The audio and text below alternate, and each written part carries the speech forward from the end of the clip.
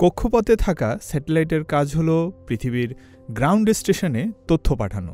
এক একটি স্যাটেলাইটের কাজ এক এক রকম।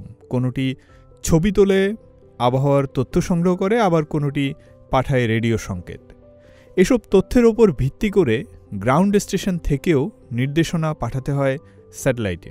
কিন্তু এবার কক্ষপথে প্রথমবারের মতো ঘুরতে শুরু করেছে চীনের তৈরি কৃত্রিম বুদ্ধিমত্তা সম্পন্ন স্যাটেলাইট, যা নিজে থেকেই নানা ধরনের তথ্য সংগ্রহ ও প্রক্রিয়াকরণ করে পাঠাবে পৃথিবীতে।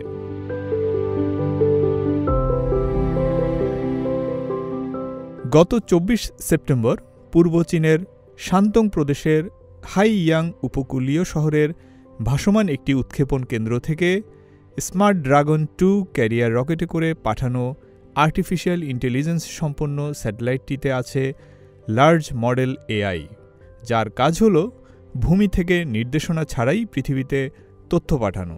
অর্থাৎ স্যাটেলাইটটি নিজে থেকেই সিদ্ধান্ত নিয়ে কাজ করছে। এরই মধ্যে এটির লার্জ মডেলের পরীক্ষা সফলভাবে সম্পন্ন করেছেন এর নির্মাতা প্রতিষ্ঠান ADA স্পেস এর গবেষকরা। স্যাটেলাইটটির রিমোট সেন্সিং ডেটার পরিমাণ তুলনামূলক বেশি। লার্জ মডেল এআই এর মাধ্যমে এটি একসঙ্গে একাধিক কাজ করছে, যেমন কোনো লক্ষ্য শনাক্ত করা, ভৌগোলিক বৈশিষ্ট্য নিরূপণ এবং কোনো অঞ্চলকে ঘিরে পূর্বাভাস দেওয়া। এ ধরনের স্যাটেলাইটের তথ্য থেকে আমরা খনিজ সম্পদ আবিষ্কার এবং নগর পরিকল্পনার কাজও দ্রুত করতে পারব।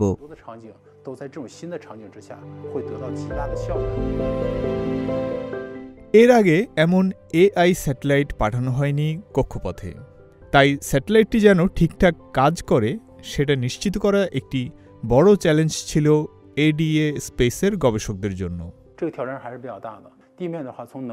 অনেক চ্যালেঞ্জ ছিল।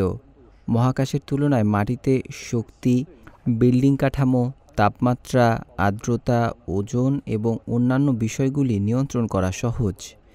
স্যাটেলাইটটির জন্য উপযুক্ত বোর্ড, মাইক্রোচিপ, ইউনিট ইন্টারফেস এবং প্রোটোকল সংযোজন করার কাজগুলো প্রযুক্তিগত দিক দিয়ে বেশ চ্যালেঞ্জিং ছিল।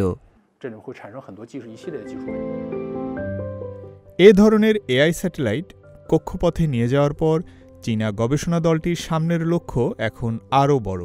এআই স্যাটেলাইট ব্যবহার করে নক্ষত্র গণনা করার একটি পরিকল্পনা হাতে নিয়েছেন তারা।